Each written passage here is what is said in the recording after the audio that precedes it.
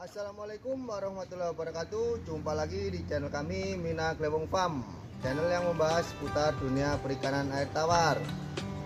Pertemuan kali ini kita akan membahas budidaya lele guys, mulai dari awal sampai akhir ya.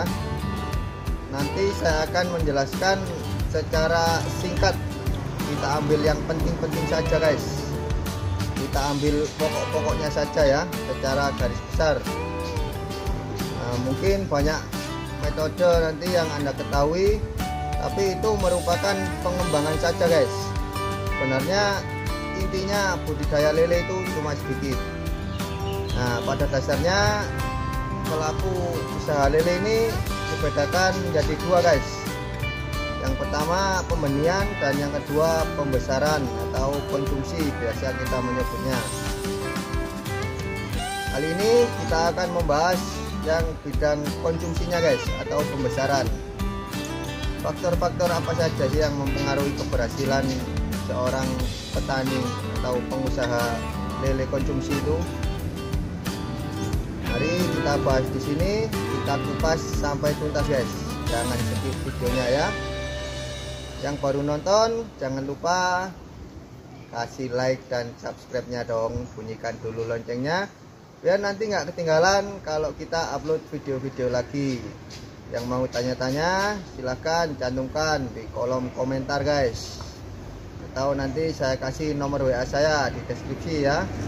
Klik deskripsinya situ, silahkan nanti bisa langsung japri saya. Dan apa saja faktor-faktor yang mempengaruhi keberhasilan pelaku usaha lele bidang pembesaran ini guys. Secara garis besar nanti akan saya bedakan menjadi 3 faktor, yaitu satu, faktor dari bibitnya sendiri guys. Yang kedua, faktor lingkungan. Lingkungan ini tempat hidupnya ini ya, tempat hidupnya berarti air. Yang ketiga adalah kualitas pakan. Kita bahas dari yang nomor 1 dulu, faktor bibit. Bagaimana sih bibit yang bagus itu? Bibit yang bagus sebenarnya sudah saya jelaskan di video saya sebelumnya guys. Nanti akan saya cantumkan di layar akhir ya, bisa diklik. Untuk yang belum nonton nanti silahkan di akhir video ini akan saya cantumkan di layar akhir, silahkan bisa diklik nanti guys. Itu sudah ada penjelasannya. Saya kupas sedikit di sini, saya ulas lagi. Bibit yang bagus adalah berasal dari indukan yang bagus guys. Indukan yang bagus itu indukan yang seperti apa? Indukan yang seperti di video saya itu ya. Nah, jadi indukan yang bagus itu nomor 1 berkualitas guys. Indukan yang berkualitas itu biasanya bersertifikat. Jadi keturunannya jelas guys, jenisnya juga jelas, riwayatnya juga jelas, seperti itu ya. Lalu yang kedua, bibit yang berkualitas itu kita tahu riwayatnya guys, atau rekam jejaknya istilahnya ya. Jadi bibit ini keturunannya dari induk apa, bibit ini usianya berapa, seperti itu ya. Selama hidupnya ini bibit ini pernah terserang penyakit apa, kita harus tahu di situ guys. Nah, karena misalnya kalau bibit sudah pernah terkena suatu penyakit itu ya, suatu saat tidak menutup kemungkinan penyakitnya bisa kambuh lagi guys.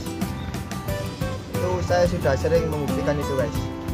Nah, mungkin dalam artian penyakitnya belum sembuh total ya, ya cuman pingsan aja.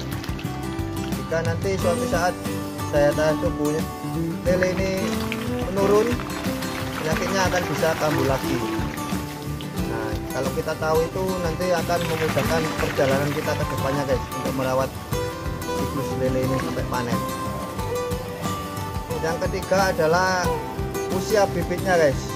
Biasanya bibit itu dari menetas sampai panen di petani pembenihan itu usianya 2 bulan itu panen guys. Jadi kita harus tahu bibit ini usianya berapa, ukuran berapa. Biasanya usia 2 bulan itu bibit sudah berukur 4, 5, 6 guys. Jika nanti kita menemukan bibit yang usianya sudah 2 bulan namun ukurannya masih 23 atau 35, atau bibit yang sombong guys. Nah, bibit yang sombong itu bibit yang besar kepalanya saja itu ya. Nah, bibit yang besar kepala itu, nah itu nanti pasti akan susah dibesarkan guys. Itu termasuk bibit yang kerdil ya. Jadi jangan dibeli, silakan nanti bisa pilih cari yang lain, bibit yang bagus guys, yang sortiran awal-awal ya. Oke, itu tadi sekilas tentang bibit. Oke, next. Lalu yang kedua, faktor lingkungannya guys, yaitu faktor airnya ini. Misalkan kita sendiri aja ya, kalau kita hidup di lingkungan yang padat penduduk, tempatnya kumuh, kotor, tentunya tidak nyaman buat kita, juga sangat berpengaruh untuk kesehatan kita guys. Kalau kita hidup di lingkungan yang kotor ya, beda dengan kita hidup di lingkungan yang sejuk gitu, indah, rapi, bersih, kita pasti nyaman itu di situ ya. Kesehatan kita juga tidak terganggu. Sebenarnya lele juga demikian guys. Tempat hidupnya adalah air, jadi kita harus jaga airnya ini. Apa saja faktor yang mempengaruhi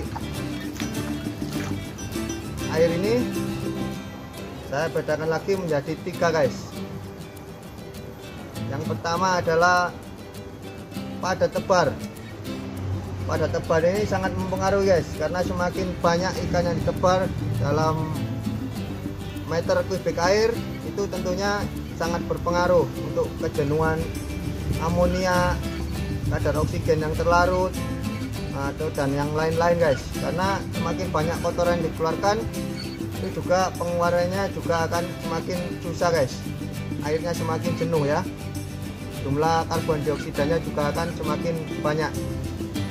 Oksigen terlarutnya akan semakin sedikit di situ guys.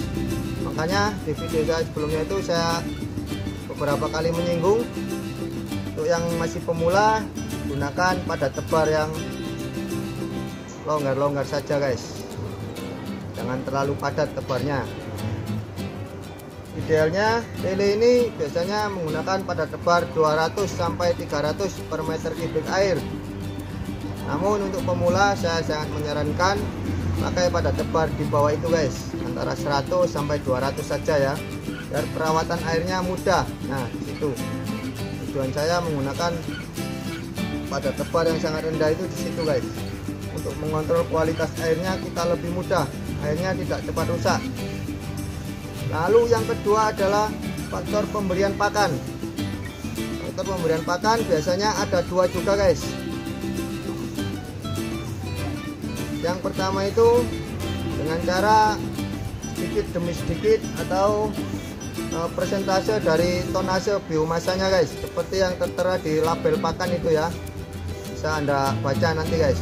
Kalau saya nggak pernah menggunakan itu, saya cenderung ke cara yang kedua guys, yaitu cara dengan perkiraan saja, kasih makan ikannya sampai kenyang guys, lihat pergerakannya, dan nanti ikan sudah malas untuk mengejar peletnya, saya sudahi makannya. Dan jumlah itu juga dipengaruhi kualitas air sendiri guys, cuaca juga sangat berpengaruh. Biasanya kalau di musim penghujan airnya dingin, itu ikannya biasanya lebih sedikit untuk makan dan dia lebih awet kenyang, jadi pemberian pakannya lebih sedikit guys dibandingkan dengan cuaca yang normal atau panas yang full ya. Dan yang ketiga, untuk mempertahankan kualitas air, kita bisa membuat ekosistem buatan guys, dengan alat bantu seperti kita sirkulasi air kolamnya ya, atau bisa menggunakan filter, kita filtrasi juga airnya. Tapi saya tidak menganjurkan ini guys, karena di situ nanti kita akan mendapatkan biaya tambahan seperti beban listrik, membeli pompa air, dan filternya juga seperti itu ya. Saya tidak menganjurkan, saya lebih suka ke yang nomor 1, padat tebar longgar. Itu saja sudah cukup untuk mempertahankan kualitas air guys, dan jumlah pakan yang kita berikan juga tidak berlebih. Yang ketiga adalah pakan yang berkualitas. Pakan yang berkualitas itu seperti apa? Pakan yang berkualitas biasanya mahal guys. Bukan ya. Pakan yang berkualitas itu biasanya berprotein tinggi guys, yang jelas ya, proteinnya biasanya di atas 30%. Dan satu lagi yang paling penting adalah kadar airnya kecil. Untuk kadar abu, kadar serat, vitamin itu biasanya cuma selisih sedikit-sedikit pakan guys. Itu sudah melalui beberapa riset tentunya ya, riset yang panjang dan penelitian tertentu itu dari para ahli. Berapa besar vitamin dan serat yang dibutuhkan untuk pertumbuhan ikan ini pasti sudah melewati penelitian guys. Kalau itu bukan ranah saya ya. Namun biasanya pakan yang baik itu tentunya protein tinggi dan kadar airnya kecil. Kenapa kadar air harus kecil? Karena jika kadar air kecil, pakannya ringan guys. Kita akan mendapatkan massa yang lebih banyak. Dalam 1 kg pakan yang kadar airnya besar dan kecil, tentunya jumlahnya nanti lebih banyak pakan yang kadar airnya kecil. Bisa dinalar ya. Oke, itu saja secara garis besar faktor-faktor yang mempengaruhi keberhasilan budidaya lele. Hal itu bisa kita terapkan untuk usaha kita guys. Semoga bermanfaat. Salam sukses petani ikan air tawar. Wassalamualaikum warahmatullahi wabarakatuh.